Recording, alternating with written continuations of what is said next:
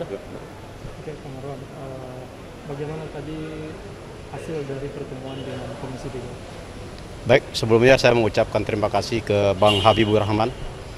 Beliau itu sangat ini sekali, respon sekali. Padahal saya kan belum konfirmasi ke beliau janjian. Tapi setelah wartawan mengecek ke beliau, langsung beliau kasihkan nomor HP Pak Habib, langsung dia terima. Dari hasil pertemuan tadi, saya minta ke Pak Habib dan rekan-rekan sebagai pimpinan DPR RI Komisi 3, minta agar memonitor kan selama ini saya lihat DPR ini kurang begitu care terhadap perkara ini Peggy ini. Sementara di satu sisi saya lihat kasus ini banyak pelanggaran hukum karena ketidakprofesionalan dari penyidik. Kenapa saya bilang ketidakprofesionalan dari penyidik? Contoh saya bilang, waktu kejadian perkara tanggal 27 Agustus 2016, saya tanya kepada ibunya si Peggy Setiawan ini, Bu, ada nggak kepolisian datang? Ada, satu kali. Setelah itu tidak pernah datang lagi, baru sekarang ini datang. Sementara ini kan kasus pembunuhan loh. Kalau memang yang melakukan Peggy Setiawan. Tetapi, kalau menurut keterangan dari putusan pengadilan, yang melakukan tersebut adalah Peggy alias Peron. Bukan Peggy yang kami bela sekarang. Nah, menurut kami Peggy sekarang ini adalah salah tangkap. Makanya kami minta kepada polisi segera SP3-kan saja. Daripada kasus yang terulang lagi seperti kasus wartawan Bernas yang dulu. Nah itu. Udah itu saya menyampaikan juga, di dalam putusan pengadilan ini jelas dikatakan yang dianulir oleh polisi itu Andi dan Dani. Sebenarnya di dalam putusan mereka lah yang paling aktif melakukan pembunuhan. Sementara Peggy alias Peron itu hanya menusuk menggunakan samurai. Penyebab kematian setelah saya baca di dalam berkas, penyebab kematian dari otopsi itu adalah kena benturan kepalanya ini, bukan karena tusukan. Itu loh. Apalagi ini bukan lagi yang Peggy yang dimaksud yang ditahan ini. Kenapa saya paham betul, Mas? Saya lama menjadi auditor militer, Mas. Saya paham betul. Saya menyidangkan tentara. Tentara kan jauh lebih susah sebenarnya untuk membongkar ini. Tapi buktinya saya bisa membongkar.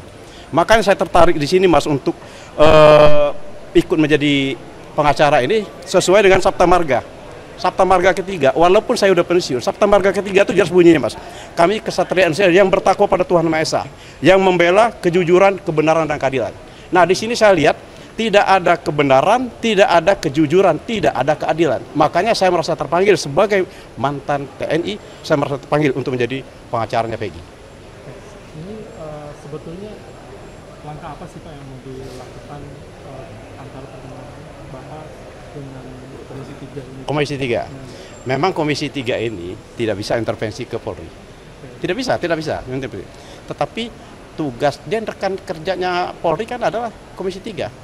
Ya, dia bisa menyampaikan. Maka tadi waktu pertemuan saya sampaikan kepada pimpinan Komisi 3, saya meminta agar Kapolri dipanggil untuk biar menjelaskan apa sih duduk permasalahan ini. Ya, yang bertanggung jawab di Polri ini nomor satu adalah Kapolri. Ya.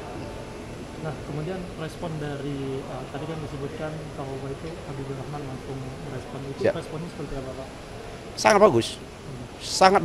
Sangat bagus. Bahkan di sana tadi bukan hanya Bang Habib aja, semua pimpinan daripada Komisi 3 ada semua. Tapi justru mereka lebih menguasai permasalahan daripada saya. Mereka tahu. Mereka menjelaskan. Saya bilang Peron, ini Peggy, yang klien kami, ya tahu mereka bilang. Ini Peggy Setiawan, sementara yang melakukan adalah Peggy alias Peron. Dan situ lihat sendiri kan yang pernyataan-pernyataan di TV itu kan. Peggy Setiawan ini, klien kami ini waktu kejadian perkara ada di Bandung. Kita bisa menghadirkan saksi waktu itu kan dia tidur bersama Ruby Setiawan adiknya, sama Ibnu, sama Suparman.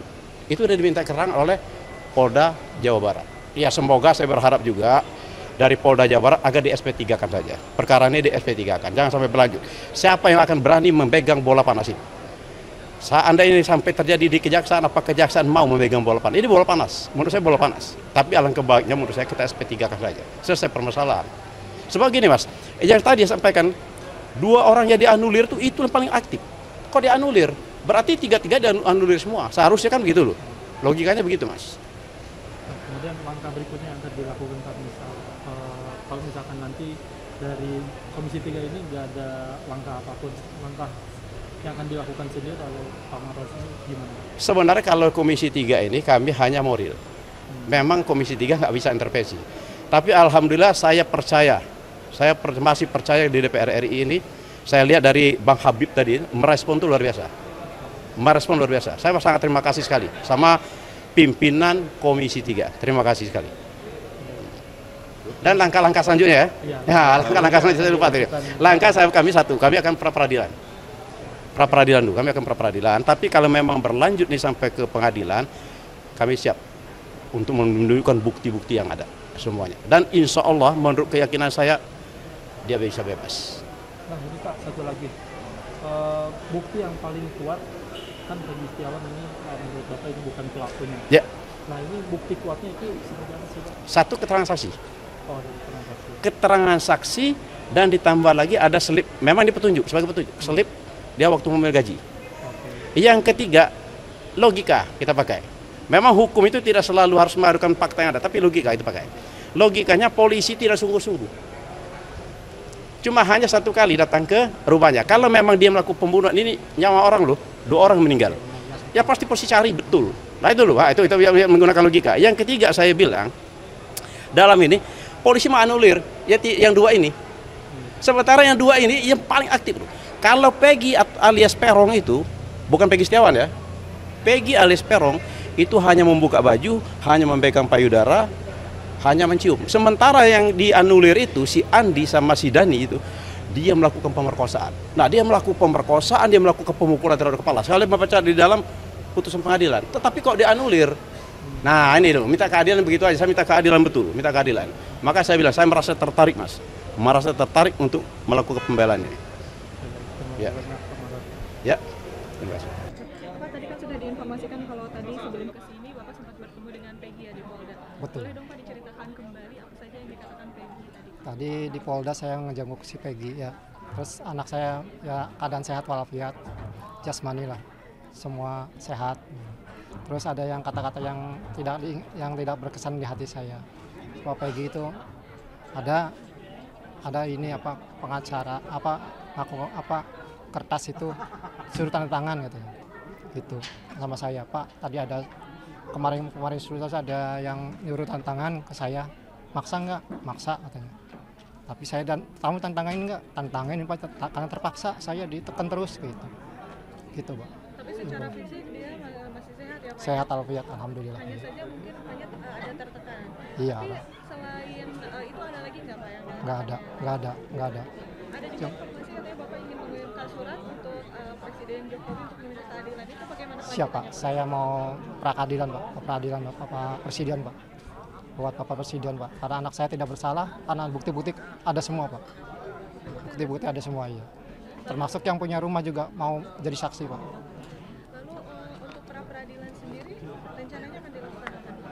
Tidak tahu nanti pengacaranya Peggy, Pak, sama saya. Iya, siap. Kalau untuk sekarang langkah selanjutnya akan dilaksanakan apa? Masih pendalaman, Pak.